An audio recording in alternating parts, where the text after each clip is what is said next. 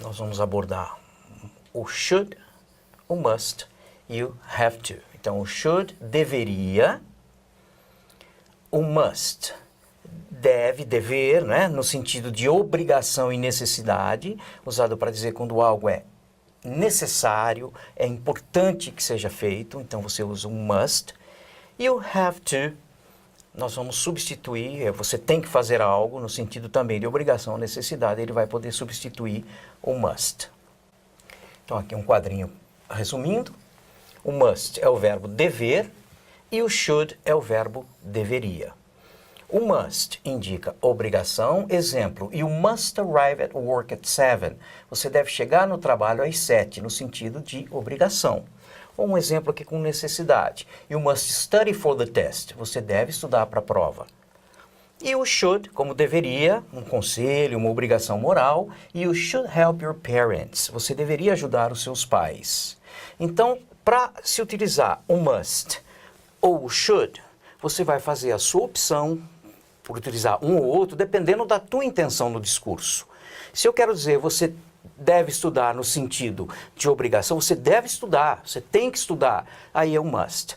No sentido de dar um conselho, você poderia usar you should study, você deveria estudar, dando um conselho. Então, a tua escolha de must, have to ou should vai depender da tua intenção no discurso, ok?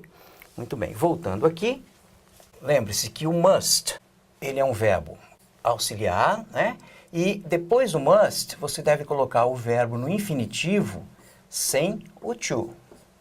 Então, deve estudar, must study, deve chegar, must arrive, infinitivo sem o to. Mesma coisa com o should. O should, ele é acompanhado do verbo no infinitivo sem o to. Deveria ajudar, should help. O verbo dever, ele pode ser substituído aqui pelo verbo ter que. Então, você deve estudar, você tem que estudar, que é o verbo have to. Então, no caso, olha, you must study poderia ser substituído por you have to study. You must arrive, you have to arrive. Agora, notem que o have to, você tem o have to, aqui você tem o verbo no infinitivo também. Tá? Você já tem um tiozinho aqui que já está acompanhando o verbo have. Esses verbos na interrogativa, como é que eu faço? O must é um verbo auxiliar. Então, para eu fazer a interrogativa, basta colocar o must na frente do sujeito. Então, por exemplo, she must arrive at 7. Interrogativa. Must she arrive at 7. Então, a interrogativa, eu coloquei o must na frente do sujeito. Isso acontece também para o should. She should arrive. Se eu for colocar na interrogativa, should she arrive at 7. Ela deveria chegar às 7? Interrogativo, should vem na frente do sujeito. Diferente já para o verbo have to. Para o have to, ele não é auxiliar. Portanto, eu tenho que usar do ou does. Então, no caso aqui, terceira pessoa, she. Interrogativa ficaria does she. O verbo agora volta para o infinitivo. Does she have to arrive at 7? Então, ela tem que chegar. Does she have? Usou does e o verbo volta para o infinitivo. Ou ainda, no caso aqui, you have to arrive, basta colocar o do, you have to arrive at 7. Interrogativo. Então, interrogativa de must, basta colocar na frente do sujeito. Should, coloca o verbo na frente do sujeito. Para o have to, você vai usar do ou does. Ok?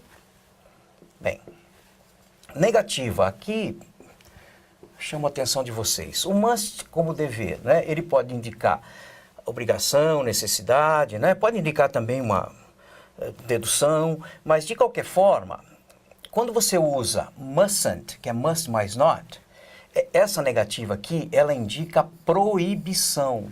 Então, por exemplo, você não deve estacionar aqui, é proibido. Então, you mustn't park your car here. É proibido. Agora, quando for falta de necessidade, você pode usar needn't ou como have to. É igual ao must. Don't have to ou doesn't have to. Então, negativa de must. Se for proibição, proibido, é mustn't. Se for falta de necessidade, needn't ou don't have ou doesn't have to. Negativa de should. Shouldn't. Should mais not, abrevia shouldn't. Muito bem. Passado. O must, na verdade, ele não tem passado. Então o passado de must não existe. Só que o must é igual a have to. Então, quando você precisar utilizar o passado de must, você substitui o must por have to e usa had to. Então, por exemplo, I must study for the test today. Eu devo estudar para a prova hoje. Isso é a mesma coisa que eu tenho, I have to study for the test today. Eu tenho que estudar para a prova hoje.